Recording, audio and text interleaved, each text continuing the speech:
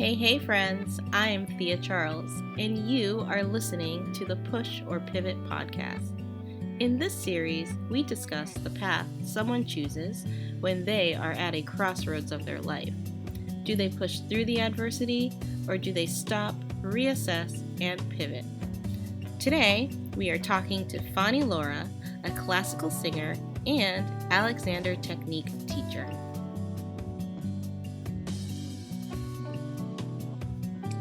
Hey Fanny, how are you today? Hi Thea, I'm doing great. And yourself? Pretty good. I am so excited for this conversation. Fanny and I have known each other I was trying to figure out how long. I feel like it's been over a year at this point. I don't even know. Definitely a year and a half at least. Yeah, at least. Uh-huh. We met and I just feel like we just had like a great connection right away. And I love like learning about you and hearing about what's going on with you. But before we jump into conversation, how about you tell everyone a little bit about yourself? Sure. First of all, thanks for having me. I'm really excited to be here. My name is Fanny Lora. I'm a classical singer and Alexander Technique teacher. I create and produce my own recitals every year. I manage my own private studio, teaching voice, piano, and Alexander Technique. I also recently launched my own YouTube channel to share my expertise and experience with the Alexander Technique. And if you like more information, you can look me up at www.fannylora.com. And also I'm on Instagram at Fanny Lora Artist. Yeah.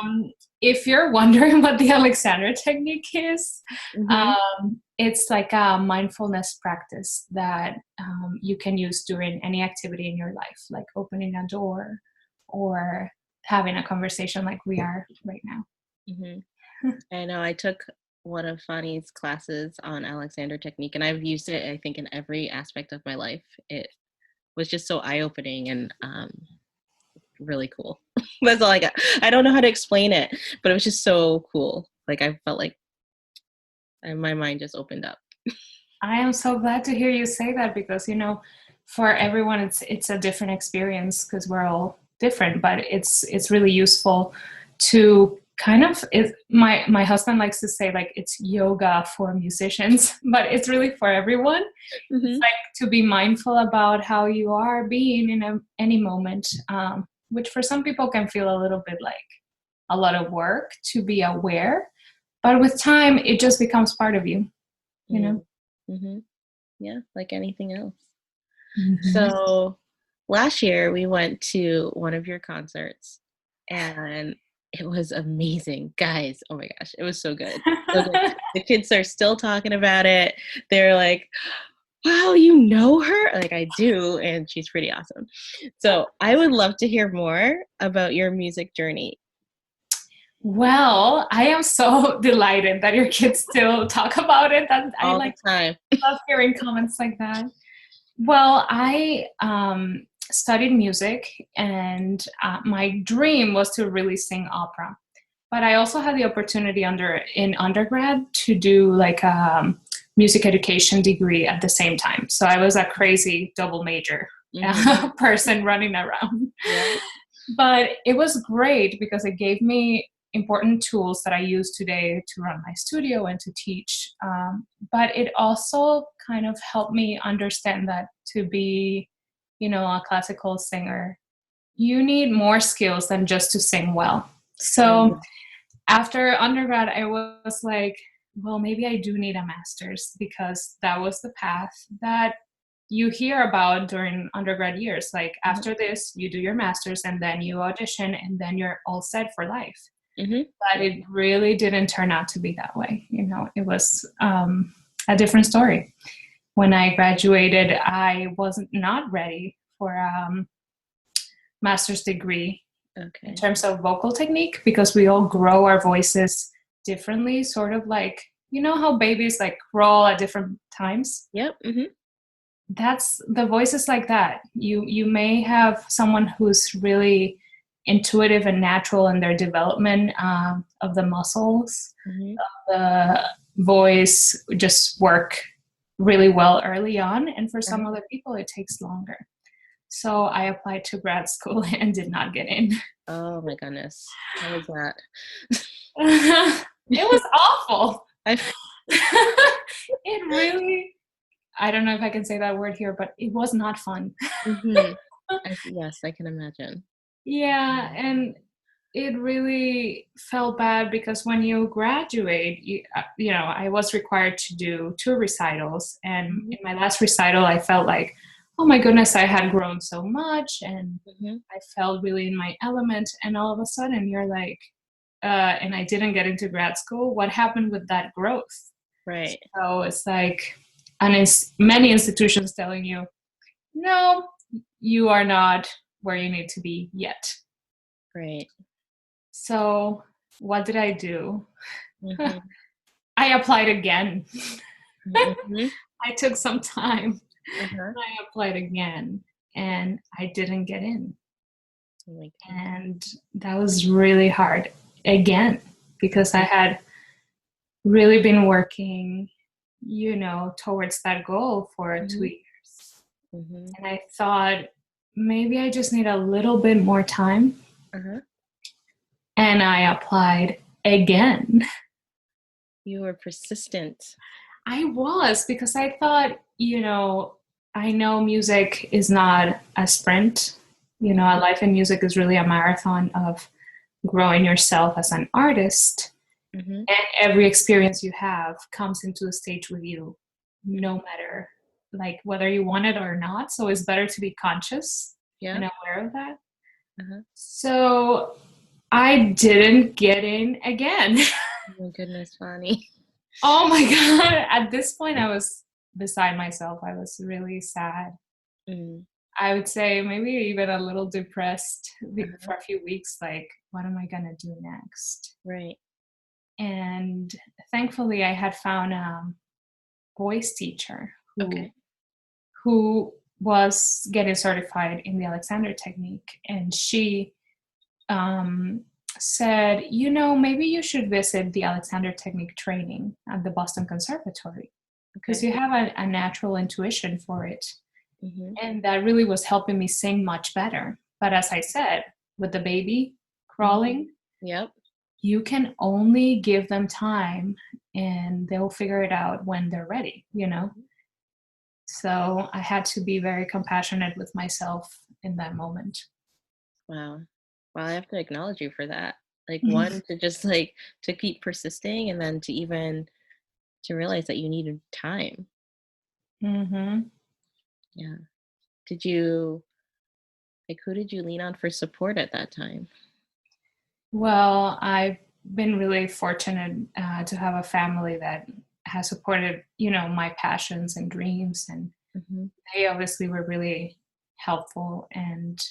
But I live away from my family, so I live in a different country than they are, and Mhm. so my husband was really a huge, huge support. At that time, we were engaged, Okay. um, and he really helped me like pick myself up and say, well, if it's not grad school, Mhm. what would you like to do with this time? You know? Mhm. So, because I had moved from upstate New York, Uh-huh. I was in Ithaca College earlier, Okay. to Boston, I now had to get certified. So I thought Uh-huh. in to be a music teacher in Okay. the area. I say so I thought because I didn't really end up needing my certification, but I Uh, got it anyway uh-huh. because it was something that seemed important, as you never know where you're going to end up. Uh-huh. So I thought, okay, I'll use this time to study for the certification process. I volunteered and found a job at the Boston Children's Chorus. I Okay. was a teaching fellow there for almost 5 years. Uh-huh. And I also was getting adjusted to a new life in a new city and being engaged and all of that. So it was a very nice transition to say Yep. because it took my mind off of not getting accepted again. Mhm. And I started auditioning for local opera companies, Mhm. and I did a few of those performances. Okay. And the connections that I built during that time, I still have today. And something weird comes to mind, but I ended up being the chairwoman for one of the companies, the opera company that I was singing with. Wow. Yeah, but this is, I auditioned for the first time in 2015 and 2008, 16, where are we? Yeah, 2017, 2018. I know they all start to blend together. I'm like, what year is it? Oh my goodness. I wrote 2018 on a check the other day, so like I'm in a time warp. Yeah. Yeah. So that was my support. And then I did end up going to visit the Alexander Technique training at Boston Conservatory, and I started the certification very soon after that. So that really helped me too. That became another support system. And then by that time I had a job. I was feeling more confident in the new city, and with my life, planning a wedding and all of that. So it occurred to me that the dreams that we dream for ourselves, they come in different chapters. Like if you put all of the things you wish for in like a basket, you can't have them all at once. I feel like in my life, my experience has been all of my wishes are in a basket of my life. And I have many treasures in that basket now, many of the wishes that have actually come to fruition. And the rest, they're just coming whenever they're ready. Like the baby with the crawling. I could keep coming back to that because you can't rush them. Yeah, it's so beautiful.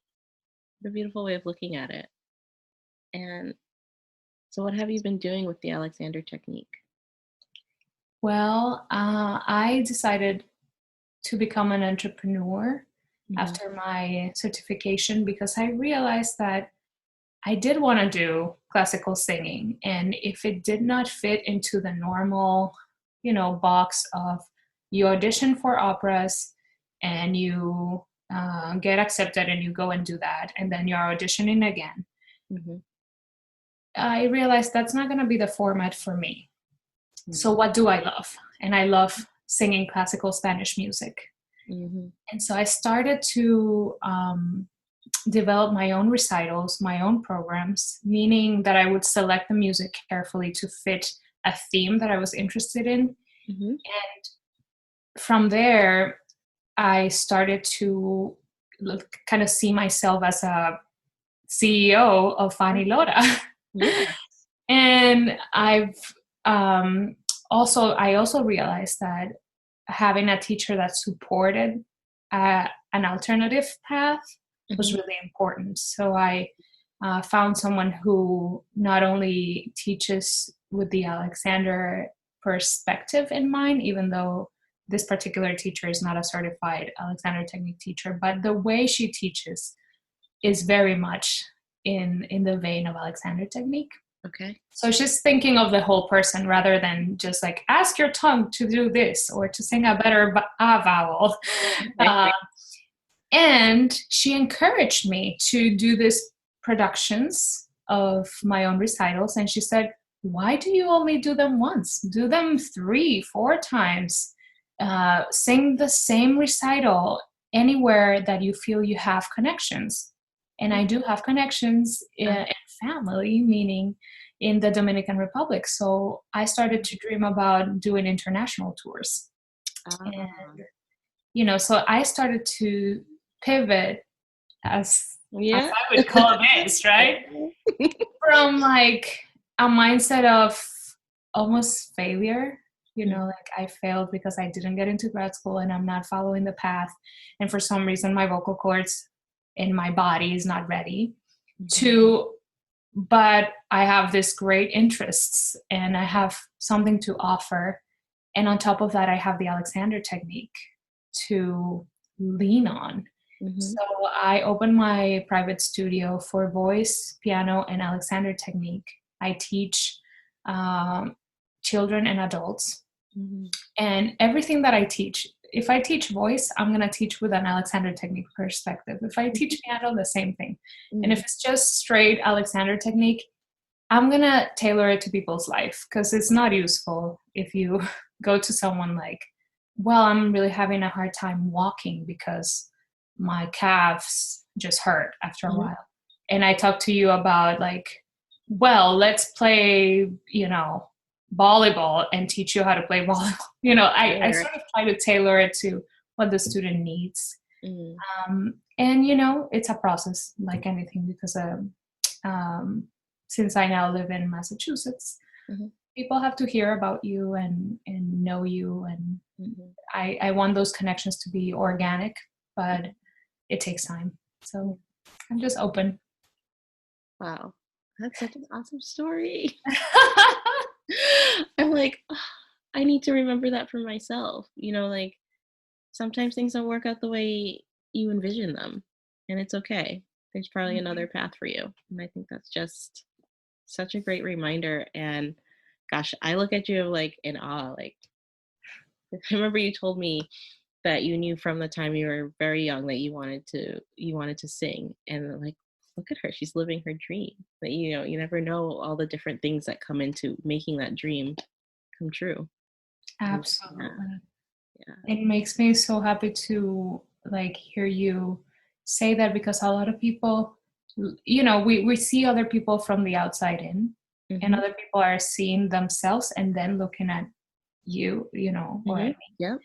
And what I've learned and continue to discover, because learning is never finite, Mm-hmm. is that your story is the chance you have to live your dream. No matter how bad, how difficult, like you can find a way to make it work for you. And in retrospect, I find that not getting into grad school 3 times was a real gift. Mm-hmm. Listen, now I don't have more debt. Mm-hmm. I didn't have to go through the path of, oh, I just graduated from a master's and where's my job? The job prospects after a master's degree are very reduced for a classical singer performance major in a master's degree world. Mm-hmm. And the last thing I would say is the requirements during a master's program are so tough in terms of academics that they probably wouldn't have allowed me enough time to put into my practice in developing my voice, which is really what matters. Exactly. So an alternative path can be just as exhilarating, even more than the normal path, I think. Yeah. It's awesome. So if you were to give somebody one piece of advice, what would you tell them? I think I would tell them a version of what I just said. The road less traveled may have more opportunities than you ever imagined, and you should embrace your story. So beautiful. Yeah. Oh, thank you. Yeah. I love talking to you. Oh, me too. I mean, this could just go on forever. And I wanted to mention and let everybody know, because that you have another recital coming up. I do. Tell us. It's called Españolería, and Españolería means everything from Spain, like culturally everything. Okay. So this is a very awesome recital program, because we're gonna present 3 major Spanish composers: Joaquín Rodrigo, Manuel de Falla, and also a very special Federico García Lorca, whom everybody knows as a poet, but not a lot of people know that he also was arranging and composing music during his lifetime. Oh.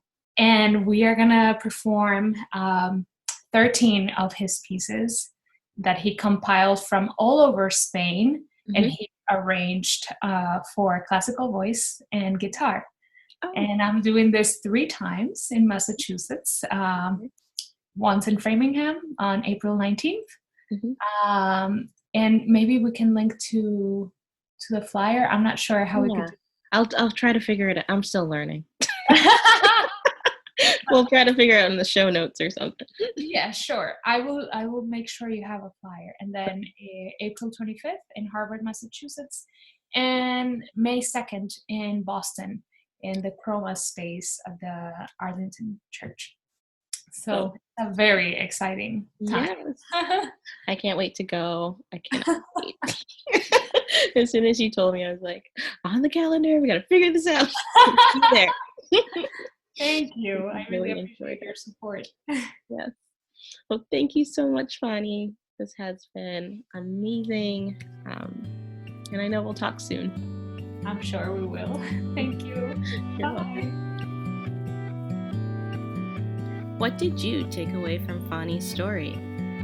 How can you pursue your dreams? Do you have a story to tell about a crossroad in your life? I'd love to hear it. Contact me at Instagram at pushorpivot or email hello@thearenel.com.